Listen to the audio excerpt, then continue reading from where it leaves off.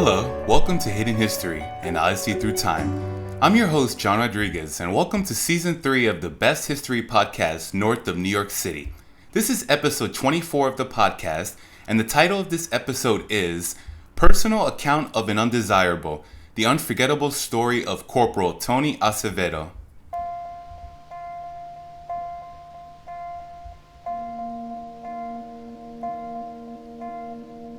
Up to 500,000 Hispanic Americans, including 350,000 Mexican Americans and 53,000 Puerto Ricans, served during the Second World War. Exact numbers are difficult because, with the exception of the 65th Infantry Regiment from Puerto Rico, Hispanics were not segregated into separate units, as African Americans were. When war was declared on December 8, 1941, thousands of Hispanics were among those that rushed to enlist. Hispanics served with distinction throughout Europe, in the Pacific Theater, North Africa, the Aleutians, and the Mediterranean.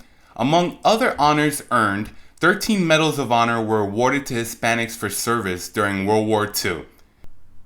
While the war raged on and Hispanics fought overseas, thousands of Hispanic men and women back home in the United States worked on railroads, in mines, shipyard and airplane factories, and as crucial agricultural labor. A national agricultural labor shortage jeopardized the war effort, so the U.S. government established the Bracero program, which permitted millions of Mexican men to work legally in the United States on short-term labor contracts. These agreements with Mexico not only addressed the national labor shortage during World War II, but they were also meant to make right the previous Depression-era deportations that unjustly targeted Mexican Americans who were U.S. citizens. One Mexican American who was unjustly deported to Mexico in 1937, despite the fact that he had been born in California and was an American citizen, was a young man named Anthony Tony Acevedo. After the attack on Pearl Harbor by Japan, 17-year-old Tony returned to the United States and was inducted into the U.S. Army, with a letter of consent from his father since Tony was underage. He was shipped out to Europe and participated in the Battle of the Bulge, where he and other American soldiers were captured and held prisoner by the Nazis. An army medic, Tony did whatever it took to survive while helping those around him as best he could. He also kept a secret journal while he was a prisoner, which later proved critical in documenting the deaths and atrocities inside the Nazi slave labor camp he was held in. Tony would go on to become the first and only Mexican American ever recognized as a Holocaust survivor. Tony's story, hidden history that has remained long forgotten, is the story of a Hispanic American who suffered unimaginable horrors as a prisoner of war and a nation that didn't do enough to honor his heroism.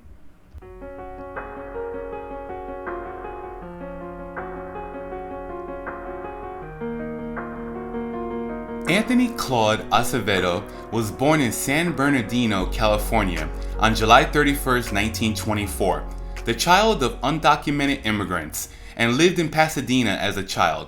His mother, Maria Luisa, died when he was 2 years old, and his father, Francisco, eventually remarried. He liked California, but as a Mexican American, he was forced to deal with prejudice and segregation. Anthony, who went by Tony, was forced to attend segregated schools with blacks, Asians, and other Hispanics. He wasn't allowed to play with white children, attend the same classes, or swim in the same pools. The environment made him feel unwanted.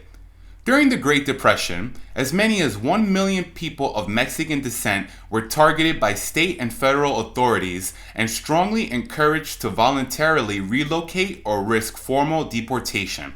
An estimated 60% of those targeted were American citizens. In 1937, Tony, his father, stepmother, and 5 siblings relocated from California to Durango, Mexico.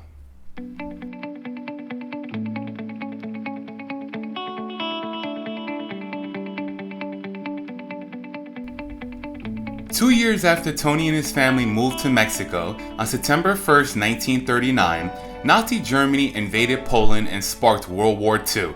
To justify this course of action, Nazi propagandists accused Poland of persecuting ethnic Germans living in Poland. They also falsely claimed that Poland was planning with its allies, Great Britain and France, to encircle and dismember Germany. The SS, in collusion with the German military, staged a phony attack on a German radio station, which the Germans then falsely accused the Poles of committing. 2 days after the invasion of Poland, Britain and France declared war on Nazi Germany. However, when the Soviet Union invaded Poland from the east on September 17 on the side of the Germans, Poland was doomed. By the end of September, Poland officially surrendered to the Germans. By June 1940, Germany had conquered France, leaving Great Britain as the only remaining unconquered country in the world still at war with Hitler. Although the United States was a neutral country at the time and was not actively involved in the war, President Roosevelt began sending tanks, warplanes, food, and ammunition to Great Britain. In a nationwide radio broadcast, he asserted that the best policy for keeping the United States out of war was to become, quote, the arsenal of democracy, extending full material support to the Allies. Ironically, the United States became fully involved in the European war as a result of events that took place on the other side of the globe. On December 7, 1941, Japanese carrier planes attacked the American fleet at Pearl Harbor, Hawaii, knocking out over 200 planes and sinking or damaging 8 battleships, the pride of the U.S. Pacific Fleet. A total of 2,403 Americans were killed and 1,178 others were wounded. On December 8, 1941, the day after the attack, Roosevelt delivered his famous Day of Infamy speech to a joint session of Congress, calling for a formal declaration of war on the Empire of Japan. Congress approved his request less than an hour later. Naturally, Germany and Italy, Japan's allies, responded by declaring war against the United States.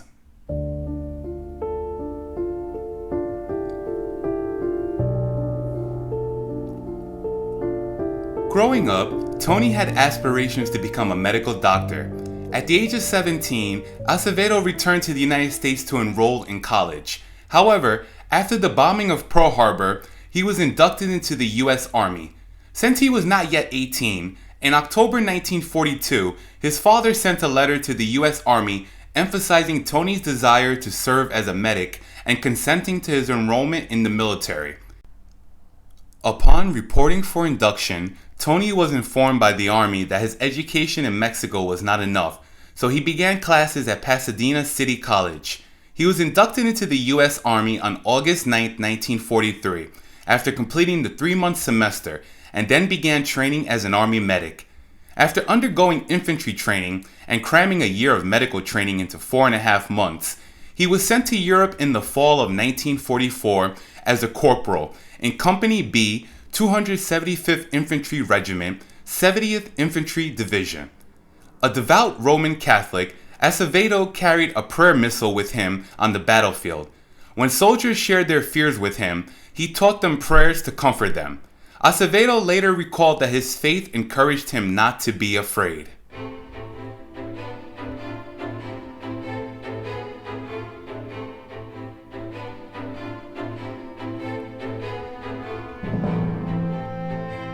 Tony's company fought in Belgium and France during the Battle of the Bulge, one of the last offensive campaigns by the German military, which lasted for 6 weeks between December 1944 and January 1945.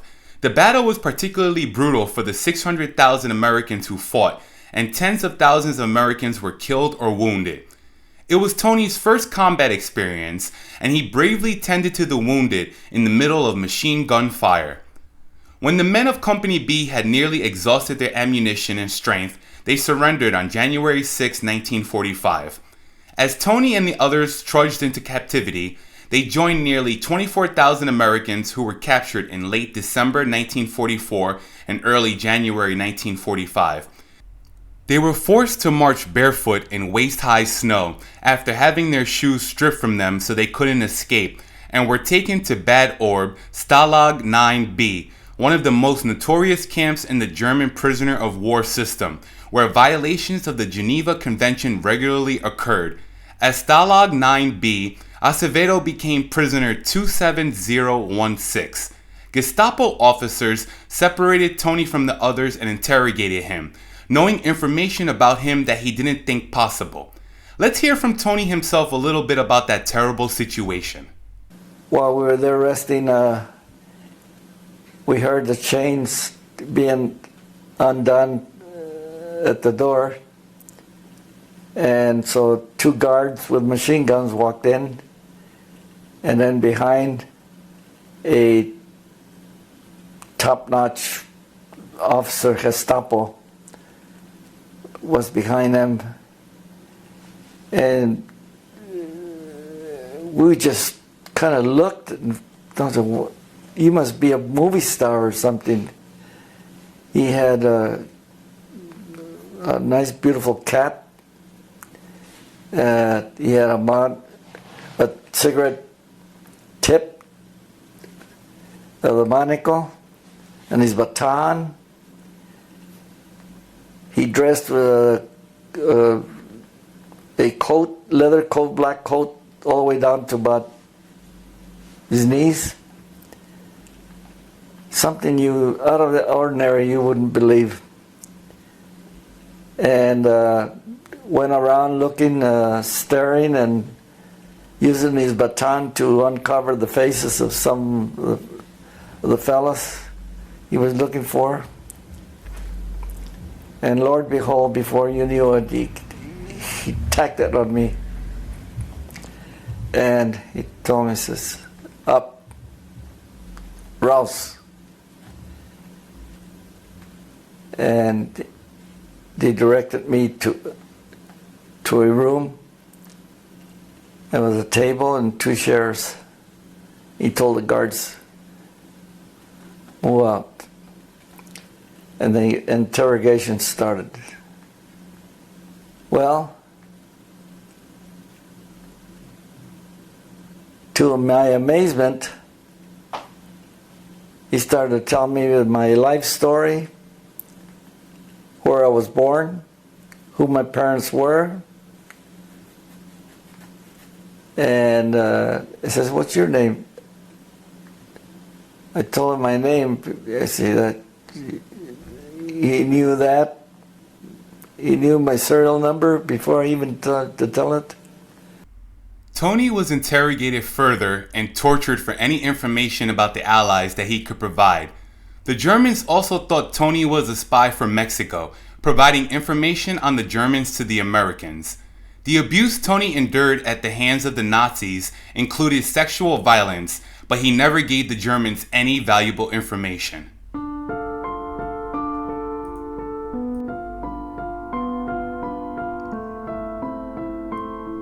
One month after Tony's arrival, he was one of 350 American servicemen in Bad Orb chosen for transfer to the Berga slave labor camp, part of the Buchenwald concentration camp system. The men were chosen because they were suspected of being Jewish or were otherwise classified as, quote, racially undesirable by the Nazis. Not only was Tony Mexican, but he was Catholic, and this mix was frowned upon by the Nazis, who preferred men and women who had blonde hair, blue eyes, and only worshipped Hitler as their god. At Berga concentration camp, the prisoners endured inhumane treatment as laborers in underground tunnels, clearing space for an underground munitions factory. They worked alongside prisoners from nearby Buchenwald, all while suffering from starvation and beatings. Tony was one of 6 medics among the 350 POWs who did their best to treat and comfort their fellow captives. Throughout his ordeal as a forced laborer at Berga, Tony maintained a secret diary of his experiences and recorded the dates and causes of his fellow soldiers' deaths. He knew he would be punished if he was caught keeping the record, but he later explained that it was his, quote, moral obligation to document the names of those who had died. Tony's fountain pen lasted throughout his imprisonment, and he later remarked, quote, God gave me that ink to last. The truth was, Tony extended the ink supply by mixing in snow and urine. Let's listen to what Tony had to say about writing the diary, including how he dropped the diary a few times while he was out on tea runs.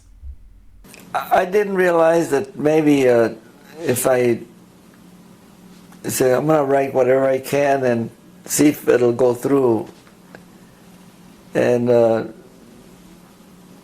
so I started kind of word little by little of things that related to our area, and so that motivated me to write a little bit here and there of what we were doing, and because that box of rations, well, you didn't get much in it, and the Germans didn't care about giving us nothing out of that. And so I took advantage to write down whatever I could and see if it'll stay there and see if they wouldn't take it away from me.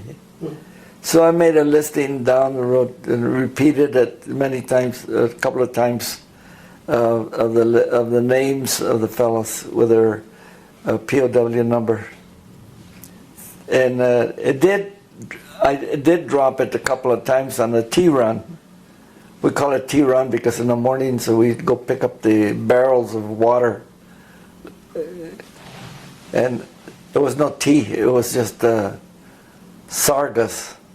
Much less in the wintertime, nothing grows out there. Everything's dead. So they took out the weeds and then used like the hay and boil it, and thinking it was tea, to make us believe there was tea.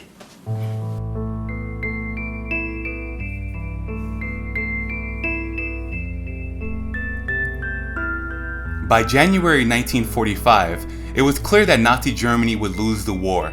When the Nazi guards realized that American and Soviet troops were closing in on their location, they evacuated the POWs from Berga. On April 7, 1945, Tony and the other starving and weak prisoners were forced on a death march, traveling 217 miles day and night, sleeping on the roadside with no shelter. Tony remembered the casualties in this period. Quote, "My list started to grow little by little. During his time in combat and in captivity, Tony's Catholic faith sustained him and gave him the strength to survive. He saw the power of belief in a higher power from individuals of all different faiths give men comfort and sustenance. The conditions in Berga and the following death march were deadly.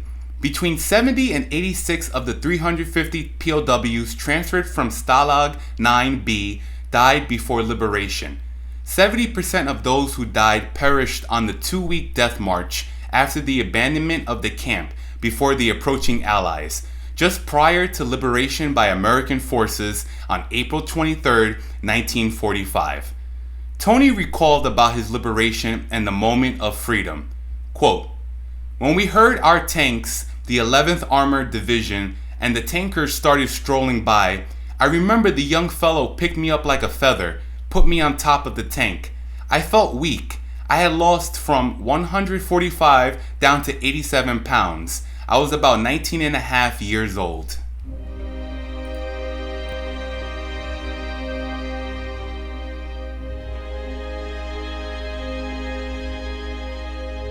On June 12, 1945, Tony, then 20 years old, returned to the U.S. and was discharged that year on December 10th. He earned 2 Purple Hearts for injuries. He also received the Good Conduct Medal, 2 Bronze Stars, and a medic badge. Tony went on to work as a surgical technician in an ear, nose, and throat clinic in Pasadena. Around that time, he took a trip to Durango, Mexico to visit his father, who didn't believe his account of being held in a slave labor camp. Quote, "You're a coward for allowing yourself to be captured," his father told him. "You should have killed yourself." Tony left Mexico and did not speak to his father for 7 years. While still physically recovering, Tony struggled with trauma and fought the stigmatization, even within his own family, of POWs as losers and cowards. The road to health and back to civilian society was difficult. Tony's battles were not over even after his homecoming. It took him 6 years to gain the weight that he had lost in his 4 months as a prisoner. The emotional damage inflicted on him by his father, who had been a violent and domineering presence in Tony's life, would take even longer to heal. 8 months after his disastrous trip to Mexico, Tony married Amparo Martinez, and together they had 4 children, Tony Jr., Rebecca, Fernando, and Ernesto. Tony and his wife later divorced and he married Maria Dolores Lamb in the 1980s, who he remained with for the rest of his life. It is also worth noting that Tony Acevedo did not receive support from the nation he had served. Tony and the others who had been taken to Berger concentration camp were made to sign a gag order about their particular experiences. They were threatened with jail time by the US government should they speak out about their treatment under the Nazis. It took decades before the story would be exposed and available to the public. Listen to what Tony had to say about the gag order. We were told in signing that we weren't, that if we were ever to open our mouths,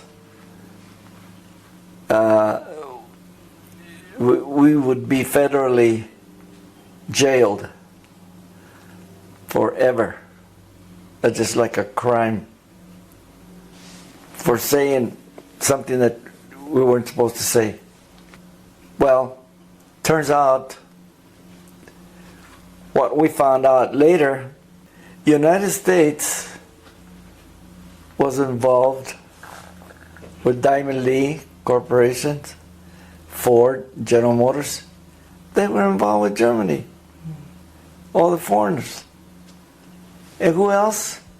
With Japan, Toshiba, Mitsubishi, and all that.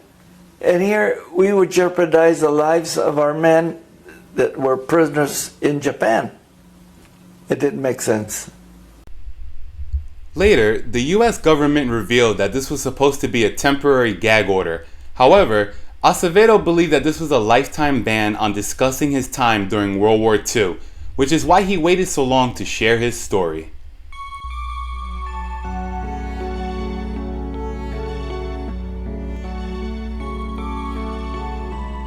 Tony continued working as a surgical technician, then became a design engineer for aerospace companies in Southern California. He retired in 1987, but retirement caused the demons of war to resurface. Tony would break into a sweat 4 to 5 times a day, shaking and trembling as he relived his captivity. At night, he was haunted by nightmares so intense his muscles would constrict and he'd wake up screaming. He'd relive seeing a fellow medic killed by machine gun fire. Germans would shove him with bayonets. A dead comrade would suddenly flash into his mind. To help cope with his PTSD, Tony volunteered at the VA hospital in Loma Linda, California. He said he liked spending time with the veterans there because so many died alone. Tony also shared his war story with students locally for years and had spoken to a couple of authors who wrote books on the Berger soldiers. Tony decided to speak with CNN in 2008 to make sure his story was preserved in the internet age. Quote, "Let it be known," he said, "people have to know what happened." In 2009, the US government formally recognized that the POWs taken to Berger were slave laborers as well as POWs. The following year, in 2010, the United States Holocaust Memorial Museum recognized Anthony Acevedo as the first Mexican American on their Benjamin and Vlaka Meade Registry of Holocaust Survivors. That same year, Tony donated his diary, along with his Red Cross armband, a prayer book he always carried during the war, a cross, and numerous photographs to the Holocaust Museum in Washington, D.C. Quote, "Tony's was the first diary the museum received that was written by an American in a concentration camp," Holocaust Museum curator Kyra Schulster said in an interview. When Tony donated his collection, other Berger families came forward. Every time I tell their story, the reaction I get is, "I never heard this before." If Tony hadn't spoken up, we would never have had their story.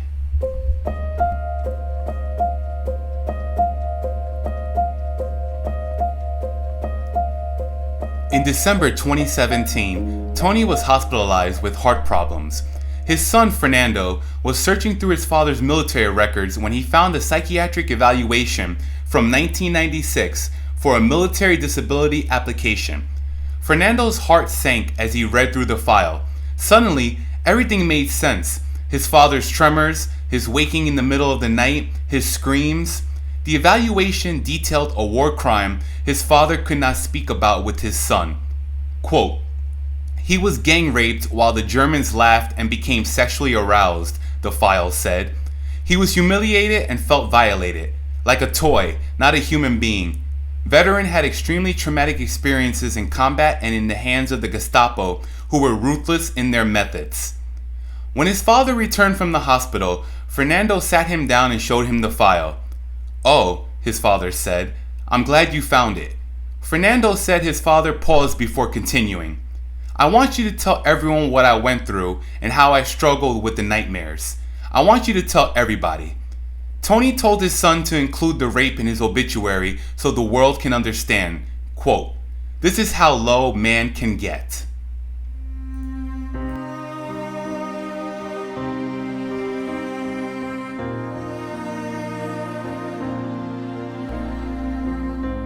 Anthony Tony Acevedo passed away on February 11, 2018 at a veterans hospital in Loma Linda, California, 5 months before his 94th birthday.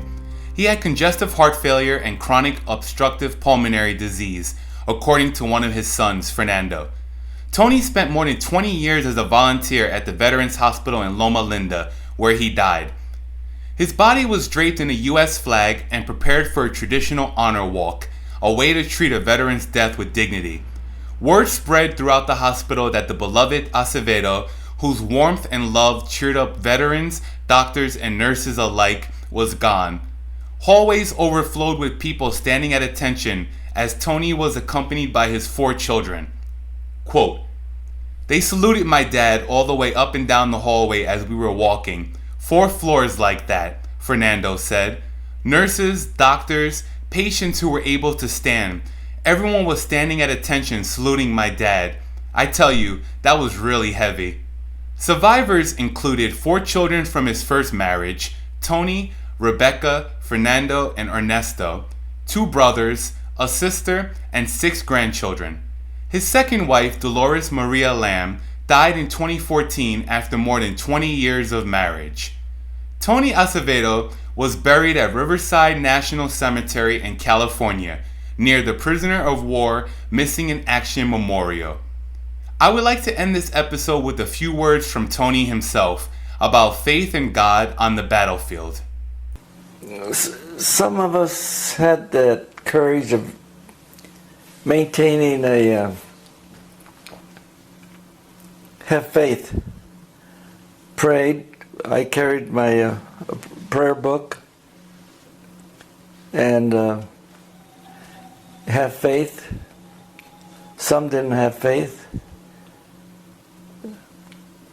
I'll tell you one thing, that some fellas that never thought religiously, never went to church,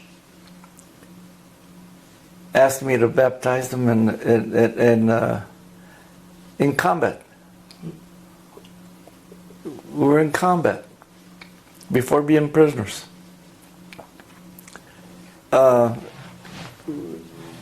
Because we understood that as medics, we were told that if we were approached by, the chaplain even mentioned it, if we were approached by a fellow that has a courage of changing himself because of moments of fear, suicidal intentions, help him. And I did my best. Same thing when in battle, or in prison camp. Some just were moments of where, hey, listen, I have a feeling I'm not going to be back. He said, could you baptize me? And no matter what religion. That's what kept them, some kept them where they lived through it, the faith.